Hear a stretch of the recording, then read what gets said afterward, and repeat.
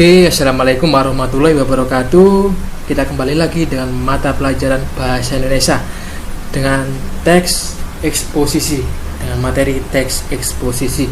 Oke, sebelum dimulai, marilah kita berdoa agar diberi kemudahan, diberi kelancaran dalam mencari ilmu. Al-Fatihah.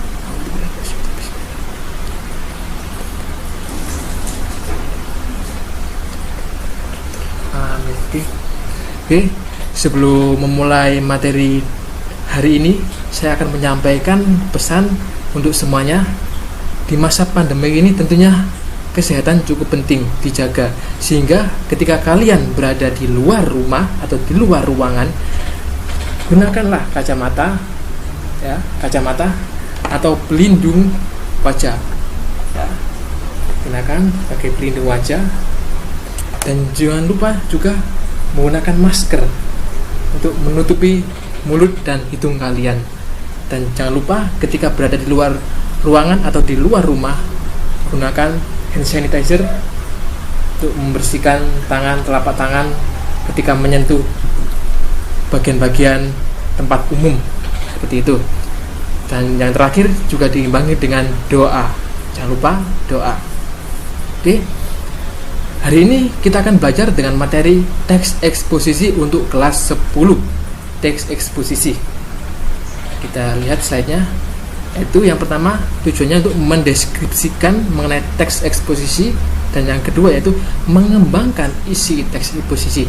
Jadi dalam kesempatan hari ini kita akan belajar apa itu pengertiannya, tujuannya, ciri-cirinya, dan juga jenisnya. Seperti itu ya. Selanjutnya, oke, teks eksposisi. Apa itu teks eksposisi? Nah, sudah dijelaskan, ditampilkan dalam layar kaca. Teks eksposisi itu merupakan sebuah paragraf atau sebuah karangan yang terkandung sejumlah informasi yang ada di dalamnya. Jadi dalam sebuah paragraf atau karangan ada sebuah informasi dan pengetahuan yang disajikan secara singkat, padat, akurat, dan juga jelas. Nah, seperti itu. Itu yang dimaksud dengan teks eksposisi. Jadi intinya di dalam teks eksposisi itu sebuah paragraf atau karangan yang di dalamnya ada sebuah berita atau sebuah informasi atau pengetahuan, seperti itu ya. Jadi teks eksposisi cukup mudah pengertian dan pemahamannya. Oke, kita lanjut. Ya, ragam teks eksposisi ini sering digunakan dalam konteks komunikasi sehari-hari, baik itu secara lisan maupun secara tulisan.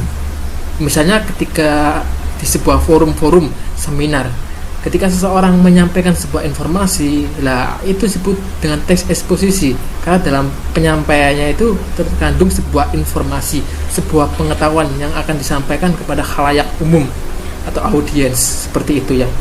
Namun itu secara lisan. Kalau secara tertulis tentunya ditulis. Nah, seperti itu. Sudah paham ya teks eksposisi itu seperti apa? Nah, selanjutnya mengenai tujuan. Kira-kira apa tujuannya ya adanya teks eksposisi? Cukup mudah kita lihat, yaitu untuk menjalankan sebuah informasi agar dapat menambah ilmu pengetahuan pembacanya. Jadi ketika ada teks eksposisi, sang pembaca membaca teks eksposisi tersebut akhirnya paham dan mendapat pengetahuan informasi yang ada, yang terkandung di dalamnya. Itu tujuannya yang pertama. Yang kedua yaitu untuk mendapatkan pengetahuan secara rinci dari suatu hal atau kejadian. Jadi ketika kita membaca atau mendengar informasi yang disampaikan, tentunya mendapatkan pengetahuan baru, hal baru secara rinci. Nah, seperti itu. Itu tujuannya dari teks eksposisi. Seperti itu. Selanjutnya ada beberapa jenis teks eksposisi. Di sini saya menyampaikan ada 8 jenis teks eksposisi. Jadi ada 8 jenis teks eksposisi. Yang pertama yaitu teks eksposisi berita. Teks eksposisi berita itu apa? Yaitu proses pemberitaan mengenai suatu kejadian.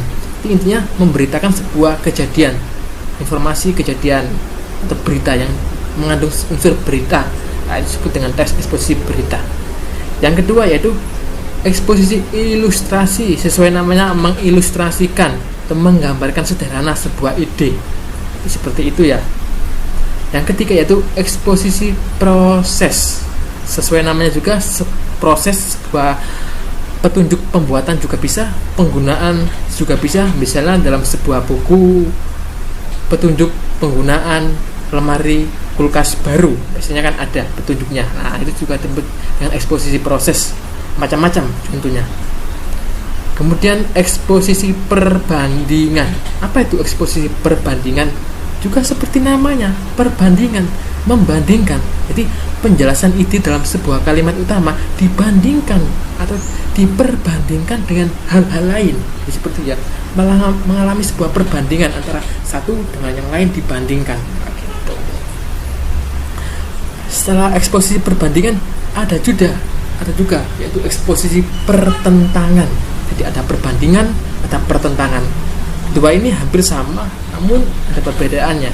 Yang satu memperbandingkan, yang kedua yaitu mempertentangkannya. Antara satu dengan yang lain dipertentangkan. Gitu ya. Yang keenam, eksposisi definisi. Apa itu eksposisi definisi? Eksposisi definisi yaitu suatu paragraf yang memaparkan definisi sebuah topik tertentu. Jadi dipaparkan, dijelaskan definisi atau pengertian itu dijelaskan dalam bentuk eksposisi definisi. Nah, bisa paham ya? Yang ketujuh yaitu eksposisi analisis, yaitu berisi proses untuk memisahkan suatu masalah dari suatu gagasan utama dan menjadi subbagian, dibagi. Ada sebuah gagasan utama dibagi menjadi sub-bagian. Nah, bagian tersebut akan dikembangkan secara berurutan. Sub-bagiannya sudah dibagi tadi dikembangkan secara berurutan lagi. Ya, itu lebih luas. Ya, itu disebut dengan eksposisi analisis, menganalisis bagian-bagiannya. Dan yang terakhir yaitu eksposisi klasifikasi. Sesuai namanya ya, klasifikasi, mengklasifikasikan, yaitu mengkategorikan atau mengkelompok-kelompokkan. Jadi ada berisi pengelompokan sesuatu ke dalam kategori-kategori. Jadi seperti itu. Seperti si A ini kategorinya seperti apa, atau hewan ini dikategorikan jenis apa, mamalia atau apa. Nah, itu mengkategorikan. Jadi menyampaikan sebuah informasi yang di dalamnya terkandung sebuah informasi yang mengelompokkan atau mengkategorikan hal-hal tertentu. Seperti itu. Itu yang disebut dengan eksposisi klasifikasi. Untuk saat ini bagaimana? Sudah paham ya? Beberapa jenis, ada 8 jenis teks eksposisi. Tentunya sudah paham ya. Yang pertama, pengertian, tujuan, kemudian jenis-jenisnya. Selanjutnya yaitu, nah ini dia, ciri-ciri teks eksposisi. Yang pertama yaitu singkat dan padat ya. Jadi tidak terlalu bertele-tele, tidak terlalu berlembar-lembar halamannya. Itu beberapa paragraf yang mewakili, setidaknya mewakili informasi yang akan disampaikan sudah cukup gitu. Yang kedua yaitu gaya informasi mengajak. Biasanya penulis atau yang menyampaikan informasi itu seolah-olah mengajak pembaca atau pendengar searah dengan pemikiran atau ide atau gagasannya. Itu gaya informasinya mengajak. Yang ketiga yaitu menyampaikan teksnya secara lugas dan menggunakan bahasa yang baku. Sudah saya jelaskan, bahasanya baku, tentunya tidak bertele-tele, singkat, jelas. Yang keempat yaitu informasi pengetahuan, menjelaskan informasi pengetahuan. Sudah pasti ya, sesuai dengan pengertiannya terdapat sebuah pengetahuan di dalamnya. Selanjutnya, yang nomor 5 yaitu tidak memihak, berarti tidak memaksakan kemauan dari penulis terhadap pembacanya. Tidak memihak, ini juga lebih ke tidak memihak antara satu dengan yang lain, tidak memaksakan kemauan dari penulis terhadap pembacanya. Jadi netral, tidak A, tidak B, jadi disampaikan apa adanya. Ya. Selanjutnya yang keenam yaitu teks eksposisi bersifat objektif dan netral. Nah, netral yang sudah saya jelaskan. Yang ketujuh, data-data akurat, disertai data-data akurat sebagai pendukung agar informasi tersebut bisa dipertanggungjawabkan atau bisa sebagai acuan jelas gitu ya, bukan ngambang atau ini kira-kira saja gitu. Jadi biasanya diperkuat dengan data-data yang akurat. Yang ke-8 yaitu fakta digunakan sebagai alat kontritasi atau kontribusi. Jadi seperti itu, fakta-faktanya disampaikan di dalamnya. Dan yang ke-9 yaitu umumnya menjawab pertanyaan apa, siapa, kapan, di mana, mengapa, dan bagaimana. Jadi teks eksposisi menjawab semua itu secara tidak langsung terjawab di dalam atau tertuang di paragraf yang ada di eksposisi tersebut. Jadi seperti itu ya, ciri-ciri yang ada dalam teks eksposisi. Namun perlu diingat, tidak semua ciri-ciri tersebut harus atau wajib ada dalam sebuah teks eksposisi. Tidak. Mungkin dalam contoh teks eksposisi ada 5 atau 4 ciri-ciri yang ada gitu. Ada 4 atau ada 6 ciri-ciri yang masuk dalam teks eksposisi. Jadi tidak harus atau tidak wajib semuanya harus masuk. Tidak wajib, jadi gitu ya. Setidaknya mewakili beberapa ciri-ciri sudah bagus. Seperti itu. Oke.